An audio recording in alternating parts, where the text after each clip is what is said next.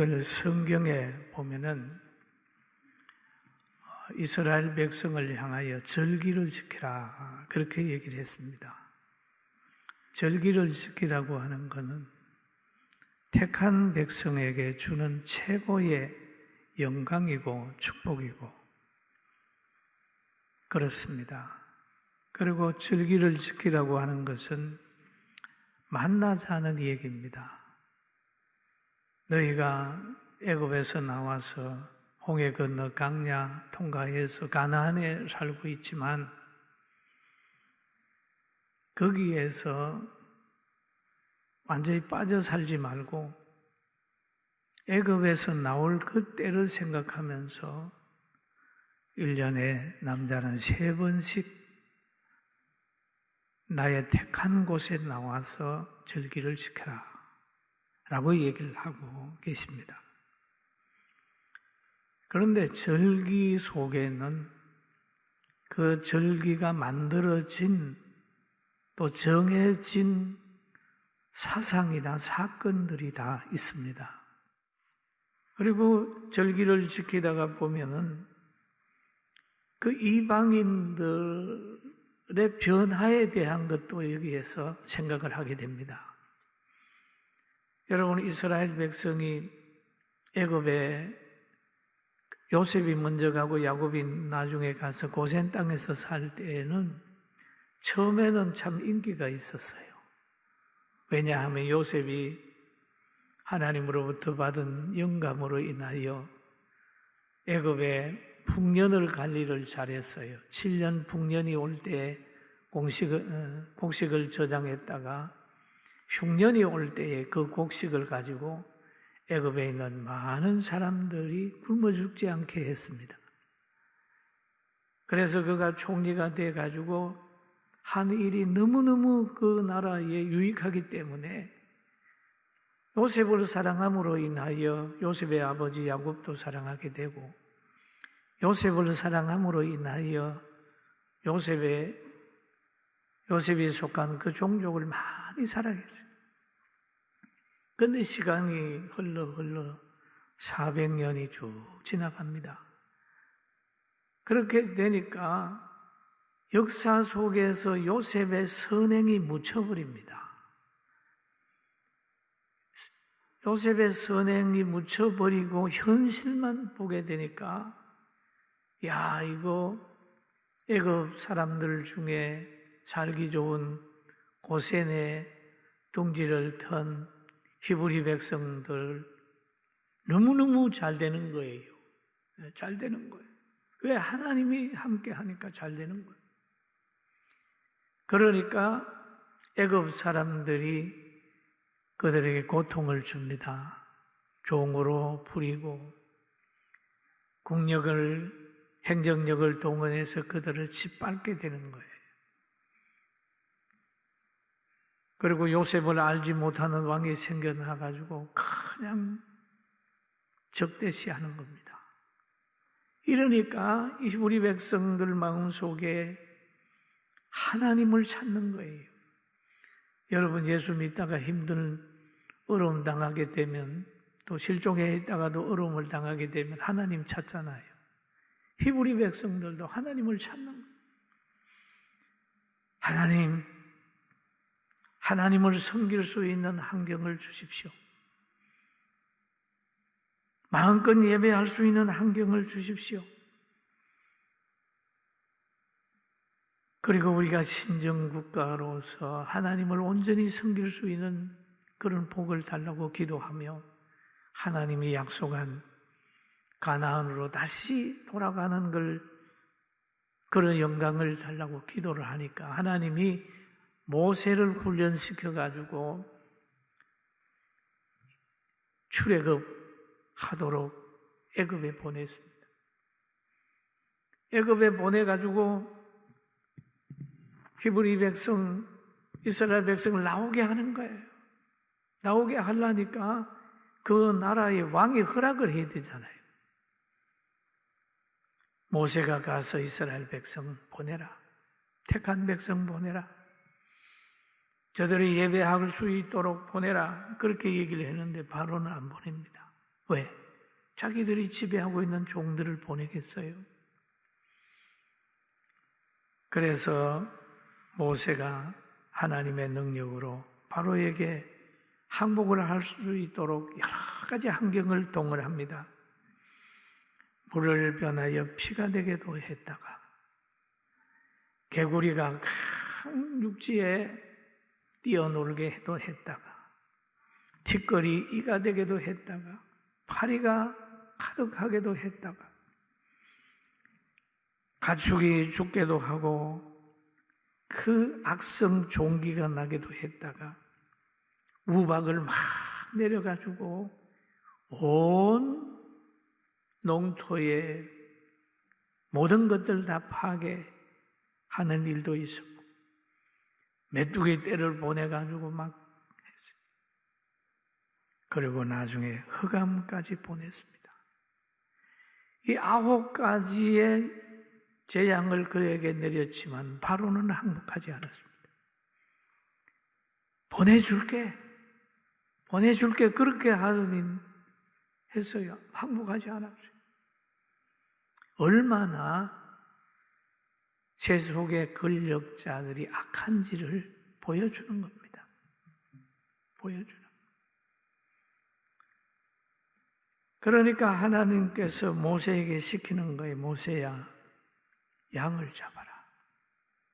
그래가지고 너희들은 양고기를 먹고 문설주에 피를 발라라. 그렇게 얘기를 합니다. 피를 발라라. 그래서 문설주에 피를 바릅니다. 모세의 말을 듣고 문설주에 피를 바른 가정에는 저녁에 밤에 장자를 치는 영이 피를 보고 넘어가는 거예요. 그리고 애굽에 있는 모든 가정의 장자가 다 죽어버렸습니다. 그럴 때 바로가 손을 들었어요. 온 애굽 사람들 전체가 항복합니다. 자기들이 부리는 종들까지 다 내보내요. 이거 가지고 가라. 그러면서 왕뿐만 아니라 백성들이 다 항복을 해버렸습니다. 출애굽기에 보면 이런 말이 있어요. 내가 애굽 땅을 칠 때에 그 피가 너희가 사는 집에 있어서 너희를 위하여 표적이 될지라. 내가 그 피를 볼 때에 너희를 넘어가리니 재앙이 너희에게 내려 멸하지 아니하리라. 피를 보고 넘어가리라. 피를 보고 넘어가리라. 여러분, 신분을 보고 넘어가지 않고 모든 것 보고 넘어가지 않는 게 피를 보고 넘어가리라. 사랑하는 성도 여러분, 바로 구원받고 보호받는 것은 어린 양 대신 예수님의 피가 우리의 죄와 우리가 받을 사망과 우리가 누릴 영생을 보장하고 사망을 이기게 한다는 사실 믿게 되길 주의 이름으로 축원합니다. 아멘. 중요한 거예요. 하나님께서는 그 피를 보고 넘어간 그 사건을 그때만 기억하는 것이 아니라 가나안에 들어가서 살아가는 그들이 잊어버리지 않도록 절기를 지키라. 그날을 생각하고 절기를 지키라고 말씀하신 것입니다. 또 출애굽기 23장 15절에 보면 너는 무교병의 절기를 지키라. 내가 네게 명령한 대로 아비월에 정한 때에 이래 동안 무교병을 먹을지니 이는 그 달에 내가 애굽에서 나왔습니다. 애굽에서 나왔습니다. 빈손으로 내게 내 앞에 나오지 말지니라. 가나안에서 농사하고 축복을 받았는데 빈손으로 내게 오지 말아라. 가지고 와라. 왜 그럴까요? 예수님도 그런 말을 하죠. 내 보물이 있는 곳에 내 마음이 있느니라 라고 얘기를 하죠. 그러면서 하나님께서 이스라엘 백성에게 절기를 정해줬어요. 너희 가운데 모든 남자는 1년에 3번 곧 무교절과 칠칠절과 초막절에 내 하나님 여호와의 택하신 곳에서 여러분 택하신 곳에서 이스라엘 하나님께서 택하신 곳이 어디입니까? 솔로몬을 통해서 지은 성전을 얘기를 하는데 거기에 보면은 성전에서 기도하면 하나님이 들으시고 그런 말이 성전 준공을 할 때에 그렇게 얘기를 한 부분들이 있습니다. 그리고 또 여기 보니까 각 사람이 내 하나님 여호와께서 주신 복을 따라 힘대로 드릴지니라. 여러분 부담 느끼지 마라. 즐거워하는 마음으로 해라. 시간 있는 사람은 시간으로, 물질 있는 사람은 물질로, 건강 있는 사람은 건강으로 하나님이 주신 복을 따라 힘대로 드려라 라고 하는 이 얘기를 여기에서 하고 있습니다. 사랑하는 성도 여러분, 우리는 이 날을 즐거움으로 하나님께 영광을 돌리게 되기를 주의 이름으로 축원합니다. 그리고 하나님의 인도에 우리는 감사해야 합니다. 성경에 보면 맥주절을 지키라 이는 내가 수고하고 밭에 뿌린 첫 열매를 거둠이라. 이게 맥주절이죠. 수장절을 지키라 이는 내가 수고하고 이런 것을 연말에 밭에서부터 거두어 저장함이라. 그때들이 이제 추수감사절을 우리가 지키고 있습니다. 여러분 오늘 추수감사를 지키면서 그냥 하나님이 빛 주시고 물 주시고 땅 주시고 자유 주시는 이스라엘 백성들이 감사함으로 지킨 것처럼 우리도 이 땅에 살면서 감사의 조건을 찾아 지키게 되기를 주의 이름으로 축원합니다. 우리나라도 감사 조건 많이 있습니다. 하나님이 우리나라에 선교사를 보냈잖아요. 그러니까 그 선교사들이 와가지고 복음을 전했어요. 우리가 복음을 받았어요. 복음을 받았음으로 인하여 학교도 세우고 병원도 세우고 복지시설도 세우고 교회도 세우게 해서 오늘날 하나님의 축복 속에 경제대국이 됐습니다. 우리가 이 복음을 받기 전에는 우리나라가 참 가난했습니다. 복음을 받기 전에는 당파 싸움을 하고 늘 구설하고 여러 가지 따지면서 글도 모르고 굉장히 어려웠어요. 특별히 여자들은 같이 한 상에서 식사하는 것도 힘들었습니다. 왜? 남존 여비 사상이 우리 민족 속에 쫙 깔려서 내려왔었어요. 그러나 복음이 들어옴으로 인하여 일하는 즐거움을 우리가 가지게 되게 되고 노래가 바뀌었습니다. 여러분 우리가 복음이 들어와가지고 복음이 번창하고 난 후에 새마을 운동이 일어납니다. 그 전에는 놀러 가면 어르신들이 부르는 노래가 하나 있습니다. 그 노래는 노새 노새 젊어서 노새. 이것이 옛날 어른들의 아주 애창곡이 됐어요. 그러나 복음이 들어온 후에는 그 일하자, 잘 살아보세. 잘 살아보세. 우리도 한번 잘 살아보세. 미래에 대한 생각을 늘 하면서 복음을 전하고 전능하신 하나님을 찬양했었어요. 그러므로 우리 민족이 이렇게 잘 살게 됐습니다. 여러분 이 땅에 이루어지는 건 우연이라고 하는 게 없습니다. 우리가 아파트에 살고 좋은 음식 먹을 때 당연시 받아들인 것보다 하나님이 선교사를 보내고 복음을 주고 우리 조상들이 그 복음을 받고 열심히 기도하고 일함으로 오늘이 온 줄을 알고 먼저는 하나님께 감사하고 선배들에게 감사하고 부모님께도 감사하게 되기를 주님의 이름으로 축원합니다. 부모님께도, 하나님께도 빈손 들고 가지 말아야 되겠지만은 우리를 사랑해 주시고 키워주신 부모님을 찾아갈 때도 여러분 빈손 들고 가면 안 됩니다. 마음을 가지고 가요. 잘 공개해야 돼요. 그리고 서로 사랑한다면 하나님이 기뻐하는 사람이 된다는 거 기억하시고 결기를 지키면서 행복하게 되기를 주님의 이름으로 축원합니다. 그리고 우리는 감사의 조건이 많잖아요. 올해는 특별히 이 코로나로 인하여 많은 사람들이 힘들어하고 교회들도 힘들어합니다.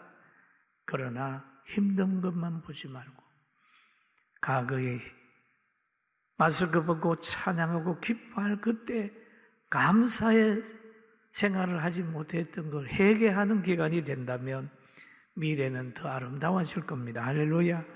아멘. 그리고 이 감사라고 하는 것, 기쁨이라는 것은 환경에서 오지 않습니다. 환경을 보면은 조석변이고 초초변이에요. 그러나 변함없는 기쁨과 감사를 가지려면 하나님을 바라봐야 되는데 선지자 중에서 그 고백한 내용이 있어요. 하박국 선지자는 이렇게 얘기를 하고 있습니다. 내가 들었으므로 내 창자가 흔들렸고 그 목소리로 말미암아 내 입술이 떨리는도다. 무리가 우리를 치러 올라오는 한란 날을 내가 기다림으로 썩이는 것이 내 뼈에 들어왔으며 내 몸은 내 처소에서 떨리는도다. 정말 원수가 치러 온다는 소식을 듣고 그 처소에서 부들부들 떨고 있는 거죠. 굉장히 위험한 상황이에요. 그런데 이때 그는 환경에 빠지지 아니하고 여호와를 바라봤는데 17절에 이런 얘기를 합니다. 비록 무화과 나무가 무성하지 못하며 포도나무에 열매가 없으며 감람나무에 소출이 없으며 밭에 먹을 것이 없으며 우리의 양이 없으며 외양간에 소가 없을지라도 나는 여호와로 말미암아 즐거워하며 나의 구원의 하나님으로 말미암아 기뻐하리로다. 할렐루야. 그러면 환경은 참 안 좋지만은 여호와를 바라보는 거예요. 여호와로 말미암아 즐거워하며 나의 구원의 하나님으로 말미암아 기뻐하리로다. 여러분, 우리 즐거움과 기쁨을 유지합시다. 아멘. 왜 그럴까요? 나는 여호와로 말미암아 즐거워하며 나의 구원의 하나님으로 말미암아 기뻐하리로다 라고 했는데 그가 이런 고백을 한 이유가 있습니다. 바로 하박국서 3장 19절입니다. 여러분 한번 같이 볼까요? 주 여호와는 나의 힘이시라. 나의 발을 사슴과 같게 하시 나를 높은 곳으로 다니게 하시리로다. 이 노래를 지배하는 사람들을 위하여 내 수금에 맞춘 것이니라. 그러면 주 여호와는 나의 힘이시라. 여호와의 힘이 빠지지 않습니다. 여호와의 힘은 변하지 않습니다. 여호와의 힘은 쇠하지 않습니다. 할렐루야. 여호와의 힘은 전능하십니다. 그걸 바라보니까 힘이 생기는 거예요. 세상의 권력이나 물질이나 배경이나 다 없어집니다. 한때 잘 나가던 사람도 얼마 지난 다음에 외롭고 쓸쓸하게 살 수 있어요. 여기보 여호와는 나의 힘이라. 오늘 우리는 여호와를 힘입고 삽시다. 할렐루야. 그러면서 그 여호와는 나의 발을 사슴같이 하사 나를 높은 곳에 다니게 하시리로다 라는 고백을 하고 있습니다. 또 시편 기자는 그럽니다. 강한 손과 펴신 발로 인도하여 내신 이에게 감사하라. 그 인자하심이 영원함이로다 이 얘기를 하는 거예요. 홍해를 건너고 강야를 통과하게 하신 하나님, 그 하나님을 보면서 감사하는 하루가 되고 한 주가 되고 한 해가 되기를 주의 이름으로 축원합니다. 그리고 여기에 신명기 16장 12절을 우리가 다시 한번 같이 봅니다. 너는 애굽에서 종되었던 것을 기억하고 이 규례를 지켜 행할지니라. 종되었던 것을 기억해라. 멸시당할 때를 기억해라. 자유가 없을 때를 기억해라. 신앙생활 하지 못하고 그 민족의 우월성을 발휘하지 못하고 바로의 짓밟힐 그 서러울 때를 기억해라. 그랬어요. 여러분, 우리는 뭘 기억해야 될까요? 가난했던 과거를 기억하자. 일본 36년 동안 짓밟힐 그때를 기억하자. 그리고 별로 노력도 없이 해방의 기쁨을 맞이하는 그때를 기억하고 6.25의 동족 상전의 비극을 기억하자. 얼마 남지 않은 우리 성탄절도 생각을 하고 해서 이 시대 속에서 지혜로운 성도로 살아야 돼요. 할렐루야. 역사를 바로 알아야 됩니다. 역사를 바로 모르면 미래를 설계할 수 없어요. 왜냐하면 과거는 오늘을 만들고 오늘은 더 나은 미래를 만드는데 지금 우리가 잘 살아보세, 땀 흘려 일해보세, 나라를 사랑하세 그런 노래가 있나요? 그렇게 하나요? 지금은 정제하게 바쁘고 일하는 즐거움보다는 뺏어먹는 데 관심이 있는 이런 사람들이 너무 많지 않습니까? 이럴 때라도, 외로울 때라도, 많은 사람들이 관심을 가지지 않을 때라도, 외롭더라도 우리는 엘리야처럼 기도하는 곳으로 가고 그린 시내가에 가서 거기에 까마귀에게 떡과 고기를 얻어먹고 산다 할지라도 그 마음은 하나님께도 450명이 무리지어서 발이여 소리 지를 때라도 외롭게 혼자라도 갈멜산에 올라가서 머리를 무릎 사이에 넣고 여호와여 하나님의 살아계심을 나타내 주소서 간절히 기도했던 엘리야의 심정으로 돌아가서 이 민족을 살려내고 가정을 회복시키고 교회를 다시 한번 첫사랑 회복해서 성립해 만드는 엘리야와 같은 성도들 되길 주의 이름으로 축원합니다. 축원합니다. 하나님이 붙드시면 그 장소가 어디라 할지라도 희망이 있습니다. 많은 사람들이 그래요. 교회가 망한다. 그런 얘기를 들을 때마다 아니야, 교회는 안 망해. 교회는 안 망해. 나라는 망할지 몰라도 교회는 안 망해. 여러분, 아합이 지배하고 이세벨이 막 우상을 데리고 들어와서 역사를 할 때라도 여러분 교회가 망하는 줄 알았죠. 하나님의 사람들이 멸망당하는 줄 알았죠. 그러나 엘리야가 있었어요. 하루아침에 변화시켰어요. 왜? 전능하신 하나님의 능력이 우리를 붙들고 있기 때문에 그 하나님으로 인하여 즐거움이 올 것이고 기쁨이 오게 되는 겁니다. 하나님은 이스라엘 백성들에게 절기를 지키라고 하는 것은 아무리 어려워도 낙심하지 마라.